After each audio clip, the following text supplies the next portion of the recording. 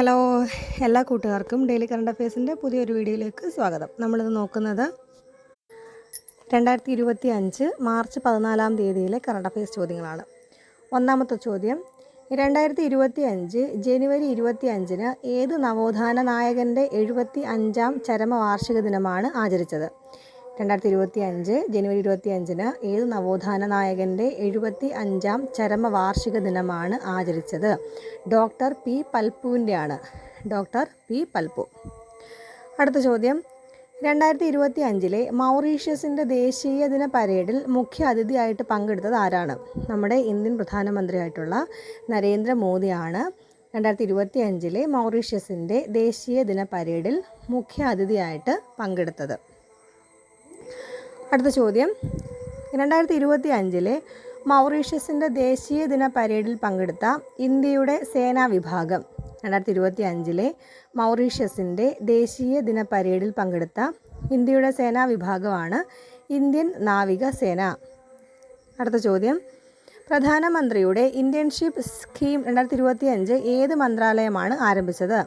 പ്രധാനമന്ത്രിയുടെ internship scheme 2025 ഏത് മന്ത്രാലയമാണ് ആരംഭിച്ചതെന്ന് ചോദിച്ചാൽ കോർപ്പറേറ്റ് കാര്യ മന്ത്രാലയമാണ്. കോർപ്പറേറ്റ് കാര്യ മന്ത്രാലയം.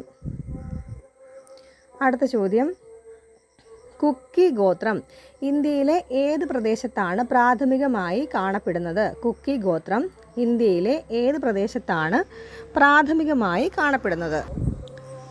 വടക്കുകിഴക്കൻ ഇന്ത്യയിൽ കാണപ്പെടുന്ന ഒരു ഗോത്ര വിഭാഗമാണെന്ത്? കുക്കി ഗോത്രം.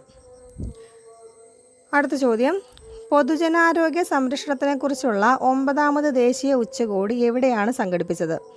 പൊതുജനാരോഗ്യ സംരക്ഷണത്തെക്കുറിച്ചുള്ള 9ാമത് ദേശീയ ഉച്ചകോടി സംഘടിപ്പിച്ചത് ഒഡീഷയിലാണ്. പൊതുജനാരോഗ്യ സംരക്ഷണത്തെക്കുറിച്ചുള്ള 9ാമത് ദേശീയ ഉച്ചകോടി സംഘടിപ്പിച്ചത് ഒഡീഷയിലാണ്. ഒഡീഷയിൽ. അടുത്ത ചോദ്യം, 2025 ഫെബ്രുവരിയിൽ securities and exchange board of ഇന്ത്യയുടെ ചെയർമാനായിട്ട് നിയമിതനായത് ആരാണ്? 2025 ഫെബ്രുവരിയിൽ securities and exchange board of ഇന്ത്യയുടെ ചെയർമാനായി നിയമിതനായത് തുഹിൻ കാന്ത പാണ്ഡെയാണ്. തുഹിൻ കാന്ത പാണ്ഡെ. അടുത്ത ചോദ്യം, ബോർഡർ റോഡ്സ് ഓർഗനൈസേഷൻ ഏത് മന്ത്രാലയത്തിൻ്റെ കീഴിലാണ് പ്രവർത്തിക്കുന്നത്? ബോർഡർ റോഡ്സ് ഓർഗനൈസേഷൻ ഏത് മന്ത്രാലയത്തിൻ്റെ കീഴിലാണ് പ്രവർത്തിക്കുന്നത്? പ്രതിരോധ മന്ത്രാലയത്തിന് കീഴിലാണ്. പ്രതിരോധ മന്ത്രാലയം.